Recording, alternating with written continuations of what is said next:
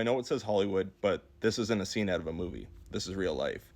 Now, unless you've been living under a rock, you're probably aware of the massive wildfires that are affecting the Los Angeles, California area. Sup peeps, Fire Steve here, and first off I want to say our hearts are with you.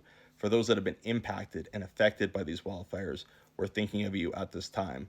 Whether you've been evacuated or suffered some sort of loss, whether it was your home, business, something, anything, our hearts are with you at this time. Now, the reason why I'm making this video is I want to talk about some of the evacuation preparation that people should be implementing at this time if they haven't already. Now, if you're located in the mandatory evacuation zones as indicated by red, this information is coming to you too late. You're either already long gone, or if you're still behind, it's time to leave immediately. First responders have indicated that these areas are unsafe to inhabit whatsoever, and you staying behind is just going to impede the firefighting effort by adding another layer of complexity to the firefighting and potentially rescue efforts.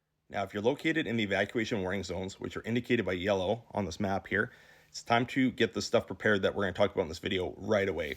Time to get the items that we're going to kind of talk about, get a bag packed, have it sitting by the door, get your vehicles ready, because it can go from an evacuation warning to an order where you're told to leave immediately in a quick hurry, especially as conditions worsen. Now, if you're in any of the other areas in the LA County that could be affected by wildfire, or anywheres for that matter, that can be affected by wildfire, these are still good steps to go through. We're going to almost go through a fire safety plan, things that you can get prepared just in case to know where they're at. You don't need to have the bag sitting by the door, but just things to keep in mind so that way if you do end up in a warning zone or in a mandatory evacuation zone, that you are prepared in some way, shape, or form. Now, as much as we'd like to pack all our belongings when we're told to evacuate, for many people, this isn't feasible just because there's so much stuff and you have limited time. So we need to focus on the important items that are very difficult to replace or you cannot replace.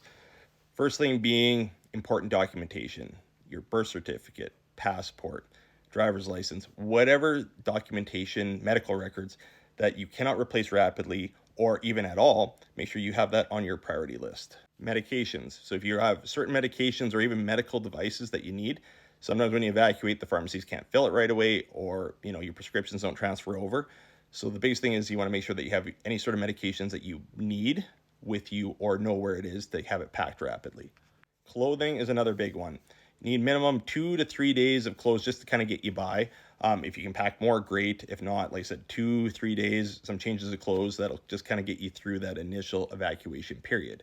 If you're in a quick hurry and you don't have time, or you're just kind of scrambling around, grab your dirty laundry hamper. It's going to be clothes that you typically wear. And yeah, you might need to wash it when you get to where you're going, but you have something at least, and something's better than nothing. Small portable electric devices. So spare cell phones, tablets, laptops, even your PC, your actual computer. Don't pack the whole setup. Don't pack your monitor and mouse and speakers and all that stuff. Focus on the thing that has the information that you can just kind of grab, put it in your vehicle, and be ready to evacuate. Photo albums would be another good one. They're small, easy to pick up, easy to pack, don't take a lot of space, and oftentimes we don't have those photos backed up elsewhere, and they're not able to be replaced. The key thing to keep in mind with all these suggestions is that it's going to be dependent on what you have for a vehicle. What can you take with you? Obviously, if you have a larger vehicle, you're going to be able to pack much, much more. But also, too, remember, you're going to have limited time span to grab it from your home, load it up. So just keep in mind, you want it to be quick, easy, simple, concise. Now, speaking of vehicles, make sure it's ready to go at all times. Make sure your tires are good. Make sure it's fueled up. Or if you have an electric vehicle, make sure it is fully charged. Making sure that things are ready to go at a moment's notice will save steps to where if your vehicle runs out of fuel or runs out of charge on the way to where you're trying to go, it's going to leave you in a very bad situation. So make sure that your vehicles are topped up, because if you're trying to fill up as the evacuation is happening, you're going to get stuck in huge lineups, and even in some cases, the gas stations run out of fuel. And in the case of electric vehicles, it takes time to charge that you don't have. And if the power grid goes down, well, there's nowhere to charge.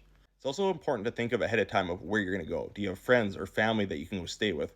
Now, oftentimes during these events, evacuation centers are set up outside of the affected area, so that way people who don't have anywhere to go can go there.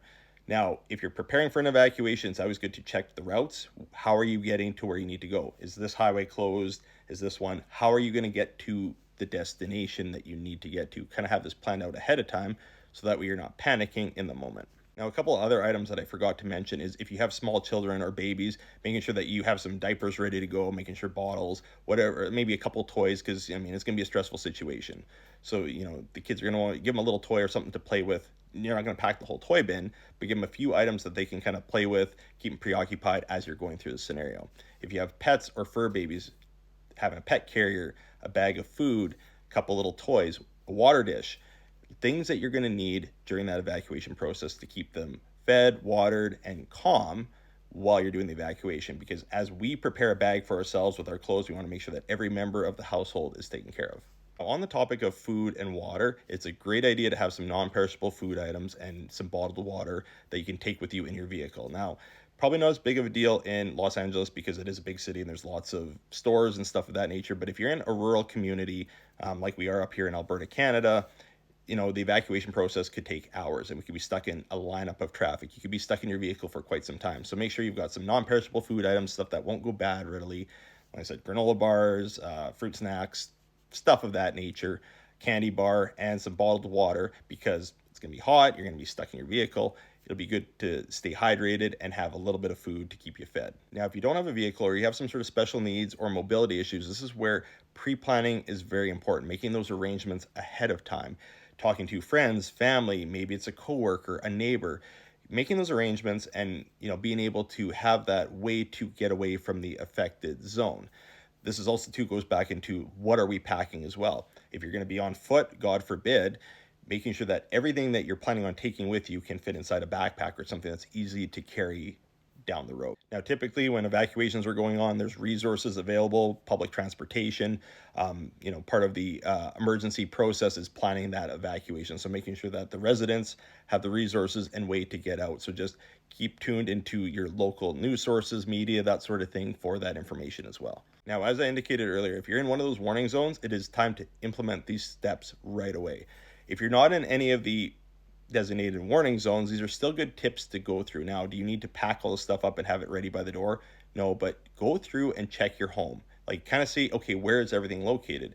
And on that note, as you're going through your home, I mean, we all have access to camera phones nowadays pretty well.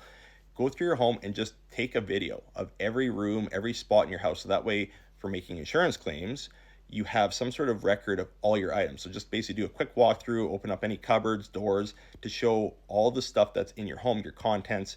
So that way, if you do need to make an insurance claim, you've got some sort of record of all your belongings. Because even if you're not in these affected areas, practice, practice, practice. Practice makes perfect. Because under normal circumstances, we can remember 7 steps. That's why most phone numbers are 7 digits, excluding the area code. Because we can remember the 7 steps under normal circumstances, except for when we are panicked, stressed in emergent situations. The 7 things, the steps that we remember readily, drops down to 3. So there's going to be a lot of things that we're not going to think of. There's a lot of things that we're not going to remember. 3 things being key because that's why most emergency numbers are 3 digits. We can remember that quite easily. So if you can eliminate some of the things you need to think about when you're in these stressful and emergent situations, it just benefits us further down the road. Same as practicing our fire safety plans like we learned from the fire department in school. We practice a fire safety plan for our house. It's good to have a fire evacuation plan in case of natural disasters such as wildfire. This video went longer than I originally intended, but there was a lot of information to cover off on. And there's probably a few things that I missed. So if there's anything else you can think of, leave it in the comment section. Let's help each other out. I'll also be doing other videos as well on, what to do, things that you can do to prepare around your home in the event that you do need to evacuate, or even beforehand, things that you can do to make your house more fire resistant in the threat of a wildfire. So stay tuned for more videos. If you have any other questions, ask them in the comments as well. I'll try to get to everybody's questions, comments, all that sort of thing. For everybody who watched the end, thank you very much. And if you like this video, give it a like, share it out to some people you feel could benefit from this information. And as always, to stay up to date on fire information, fire behavior, that sort of stuff, follow along for more. Stay safe out there, everyone.